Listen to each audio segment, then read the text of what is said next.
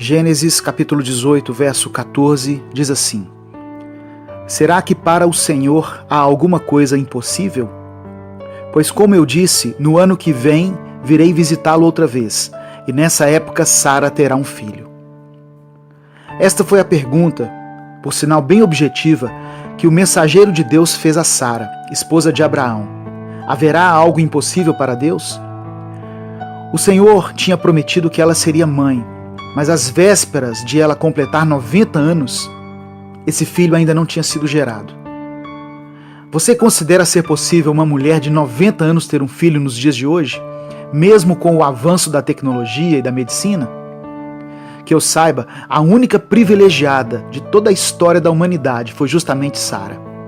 Quer dizer, Deus planejou de tal maneira que, quando ela teve um filho, todos tiveram que concordar que havia acontecido um milagre. E foi assim que Isaque, o filho da promessa, nasceu, quando Abraão tinha 100 anos e Sara 90 anos.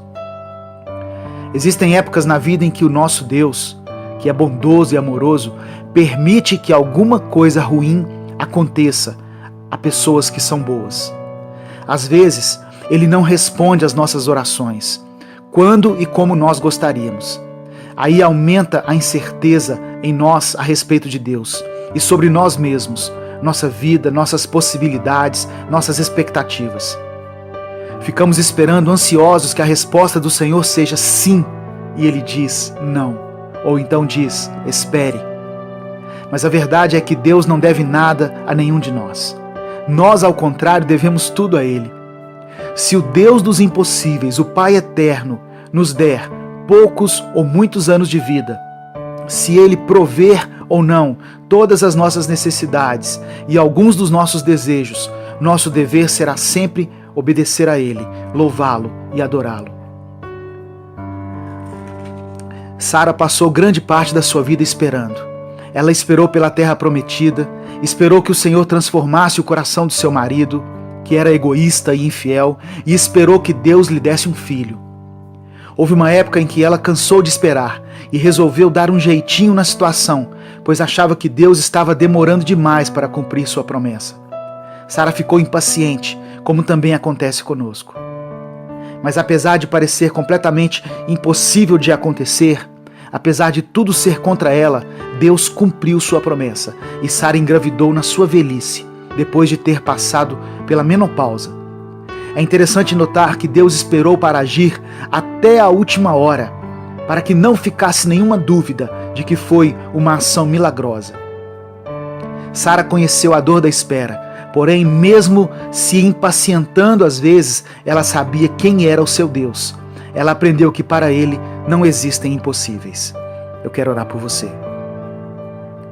Senhor, muitas pessoas que ouvem esse áudio nesse momento estão orando por causas aparentemente impossíveis aos olhos dos homens. Esposas que oram por maridos para que se convertam, pais e mães que oram por filhos que estão envolvidos com drogas ou com más companhias, que se desviaram dos teus caminhos. Famílias que oram para que o Senhor resolva uma situação financeira, para que o Senhor restaure um lar. Pessoas que oram para que haja cura de uma enfermidade que o médico já falou que não há cura. Por isso eu peço ao Senhor que revele-se a essa pessoa como Deus dos impossíveis e que no tempo certo as tuas promessas possam se cumprir na vida dele e na vida dela. Em nome de Jesus, que a palavra que está em Isaías 61:3 se cumpra na vida dessa pessoa, para dar aos que choram uma coroa de alegria em vez de tristeza, um perfume de felicidade em vez de lágrimas e roupas de festa em vez de luto. Eu te peço em nome de Jesus. Amém. Deus te abençoe. Eu sou Edivaldo Oliveira e esse foi mais um Minuto com Deus.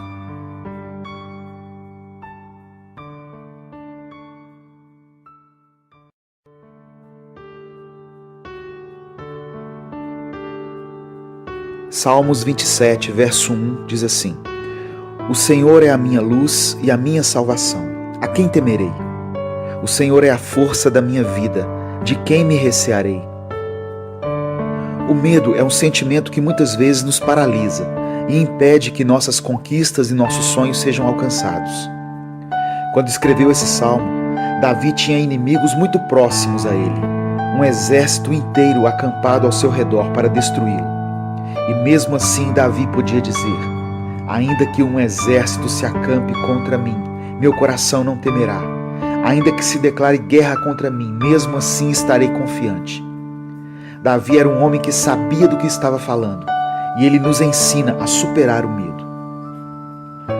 Deus não é um amuleto da sorte que você usa quando quer. Davi está falando aqui sobre um modo de vida que está totalmente focado em Deus, que se agarra ao Senhor com fé em qualquer situação, por mais desesperadora que ela seja. É interessante notar que ele se mostra confiante no verso 3 e depois fica ansioso novamente no verso 7.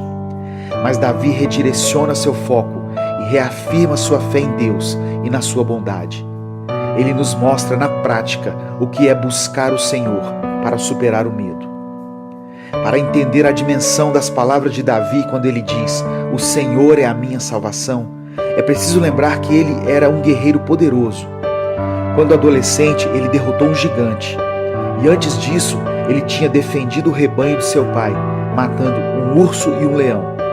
Teria sido fácil se vangloriar na sua própria força ou na força do seu exército. Mas em vez disso, ele afirma que sua defesa está em Deus. Todos nós temos uma tendência ao orgulho, em confiar em nós mesmos. Tudo o que há em nós, até mesmo a nossa fé, vem de Deus. Somente Ele é a nossa salvação. Ouse confiar no Senhor, não na sua capacidade, não nos seus recursos ou nas suas habilidades. Quando estiver com medo, lembre-se de que o Senhor é por você e não contra você. Se você colocar toda a sua confiança em Cristo como seu Salvador, então você poderá dizer: "O Senhor é a minha luz e a minha salvação. A quem temerei?" Deus é tudo o que você precisa. Ele está ao seu lado. Mesmo que você tenha perdido tudo, se você ainda tem Deus, você não perdeu nada. Davi fala que pediu uma coisa a Deus e a buscaria: que ele pudesse viver todos os dias na casa do Senhor, para que no dia da adversidade, Deus o protegesse na sua habitação e o colocasse em segurança sobre a rocha. O rei não está apenas orando por uma solução para os seus problemas, mas ele pede uma experiência contínua com o próprio Deus, tanto naquele momento de dificuldade e para sempre depois disso. Eu não sei quais situações têm te causado temor, mas eu quero dizer que você vai superar todos os seus medos à medida em que se concentrar em Deus. A única coisa que você precisa é habitar na presença do Senhor todos os dias da sua vida. Eu quero orar por você. Senhor, tira de nós o medo que tem nos paralisado, que tenhamos fé suficiente para depositar toda a nossa confiança no Senhor e descansar em Ti. Que não seja apenas uma oração no dia da adversidade, mas que possamos ter um relacionamento com o Senhor e que possamos habitar na Tua casa para sempre. Eu oro em nome de Jesus. Amém. Deus te abençoe. Eu sou Edivaldo Oliveira e esse foi mais um Minuto com Deus.